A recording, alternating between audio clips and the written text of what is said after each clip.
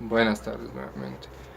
Ahora le voy a hablar sobre el segundo artículo de Marta Rizzo, que tiene como título Interacción y comunicación en entornos educativos, reflexiones teóricas, conceptuales y metodológicas.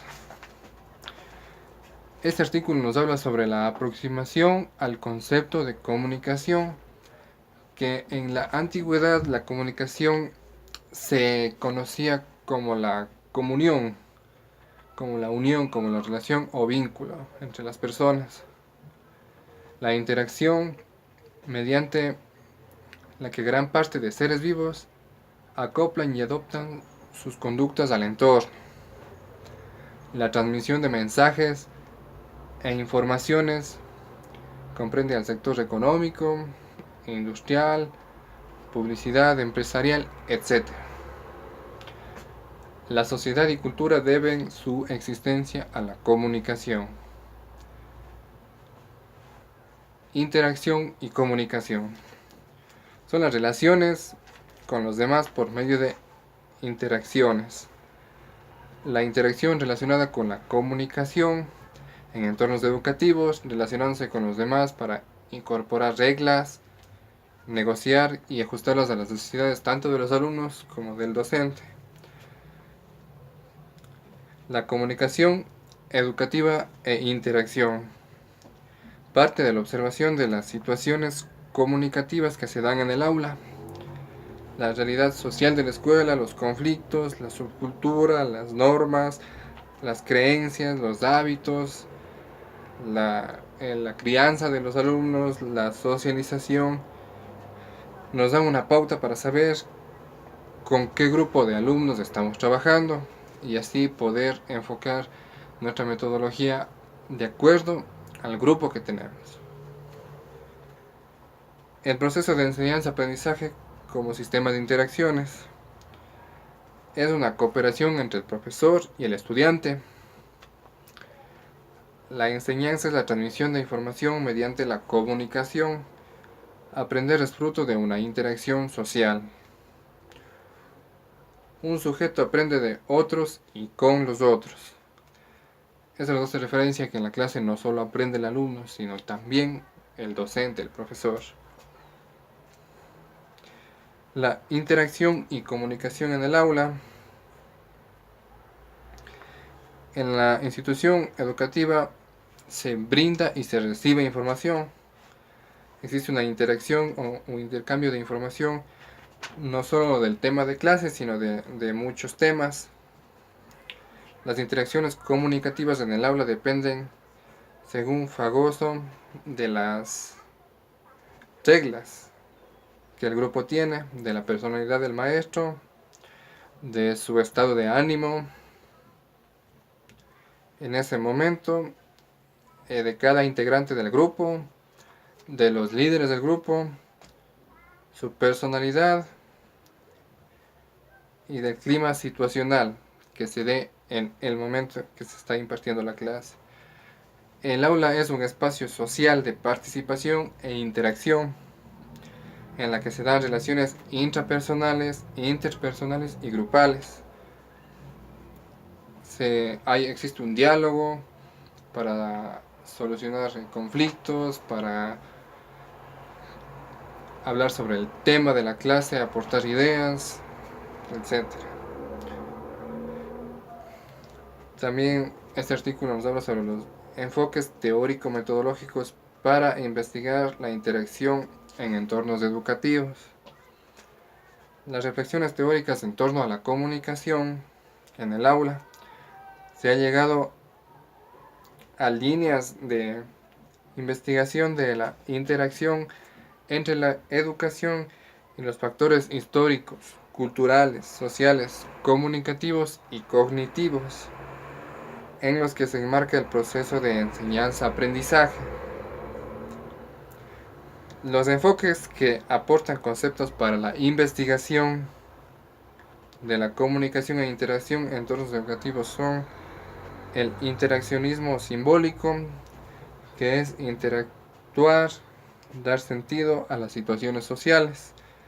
la sociolingüística, que es el análisis del lenguaje utilizado en la interacción con el otro, el constructivismo, que es la comprensión del procedimiento de la información, enseñanza-aprendizaje, y que es un proceso circular, no lineal, es decir, un intercambio, no solo no solo va, digamos, del profesor a los alumnos, sino también de los alumnos al profesor, y así se produce un fenómeno circular. La cibernética, que conocemos y cómo conocemos las cosas, que son facilitadores de los estudiantes para comprender mejor las cosas y que obviamente necesitan una retroalimentación constante. También nos habla sobre los estudios sobre la comunicación no verbal, que incluye la kinésica, que son los gestos y los movimientos corporales, la proxémica, que es la relación entre personas como manifestación social y significante, y el paralenguaje, que no es importante el qué se dice, sino cómo se dice. Es decir, el tratar de que se entiendan las cosas. Mucho más en nuestra carrera de docentes, tenemos que hacer que los alumnos entiendan lo que queremos decir.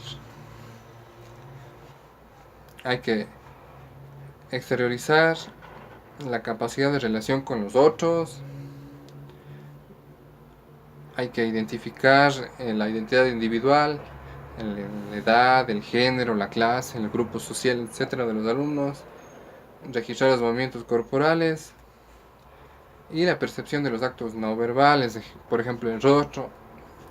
Tenemos que analizar qué nos quiere decir el rostro de un alumno. También nos habla sobre la investigación del discurso en el aula, que es importante hablar, estudiar y comprender el lenguaje. Existe el lenguaje oral, escrito, tanto para maestros como para estudiantes, que debe ser claro. La etnografía educativa, que es un método de investigación mediante el cual se aprende el modo de vida de una unidad social concreta. Existe un análisis de la cultura, de las formas de vida y de la estructura social del grupo. Y la etnografía de la comunicación, que es entender cómo el conocimiento social, psicológico, cultural y lingüístico determinan los usos del lenguaje.